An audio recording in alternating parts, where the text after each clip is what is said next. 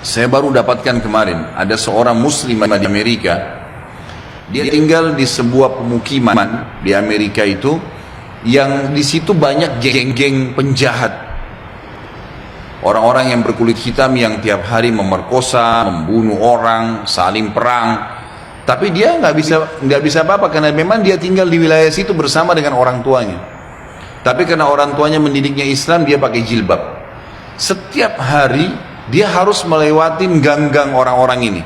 Jadi dia berusaha supaya tiba di rumah sebelum terbenam matahari. Karena kalau sudah malam, sudah gelap, udah kumpul tuh geng-geng semua di situ. Ringkas cerita adalah, cerita kisah nyatanya, muslimah ini pulang dari kampusnya agak malam pada satu hari. Sudah gelap, dia nggak punya pilihan, harus melewati gang-gang yang penuh dengan orang-orang jahat ini.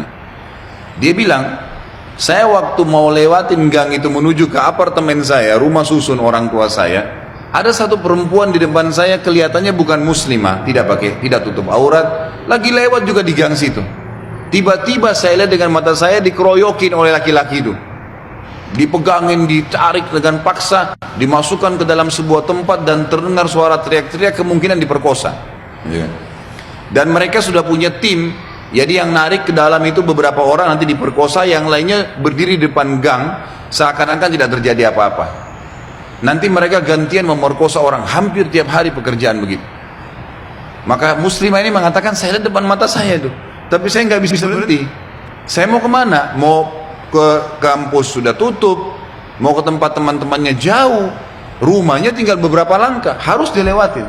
Dia bilang, lalu saya berdoa kepada Allah, ya Allah, sebagaimana aku meyakini kamu ada, kamulah yang telah memerintahkan aku untuk menjaga kehormatanku, jagalah kehormatan ini. Dia bilang, lalu saya bertawakal, jalan aja sudah, apa yang terjadi terjadi, karena nggak ada opsi. Dia bilang, sementara saya lewat di depan mereka, geng-geng ini banyak orangnya, bukan 1-2 orang, banyak orang di situ, mungkin lebih daripada 10 orang, tidak satu pun yang mengganggu saya.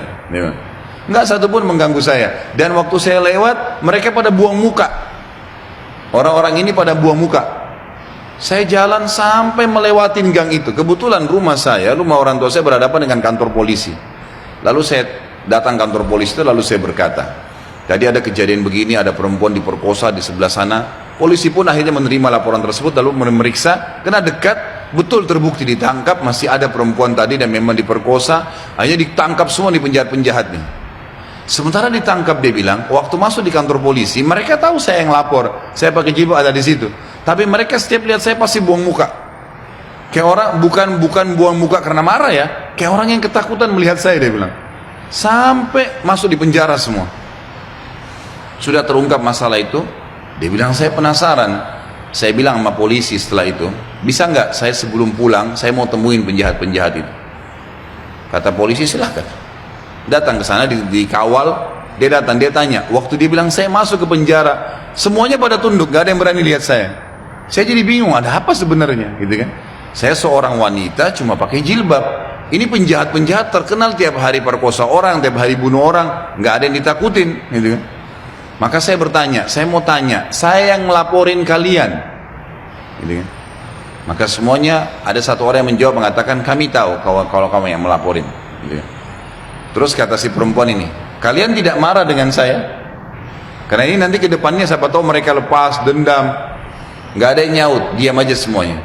Terus dia bilang, saya mau tanya, kenapa waktu saya lewat tidak ada di antara kalian yang mengganggu saya? Saya ingin tahu, apa sebabnya? Ada satu orang, dia tidak angkat matanya ke arah perempuan, cuma dia tunduk, dia mengatakan, dari Anda lewatin gang sampai sekarang, di belakang Anda banyak orang yang menggunakan baju-baju putih yang menemani Anda. Dan badannya besar-besar, kami takut. Perempuan ini bilang, saya tiba-tiba gemetar, hampir jatuh. Kaget dengan informasi itu. Tapi itu kisah nyata, gitu kan? Kisah nyata. Dia bilang pun, kalau begitu baiklah. Dia keluar, lalu dia ceritakan kepada keluarganya. Tapi apa yang kita ambil pelajaran dari kisah ini? Keyakinan kepada Allah Subhanahu wa Ta'ala mendatangkan pertolongan yang memang tidak masuk di akal manusia, tidak masuk di akal manusia, nggak bisa, susah untuk dihubungkan itu.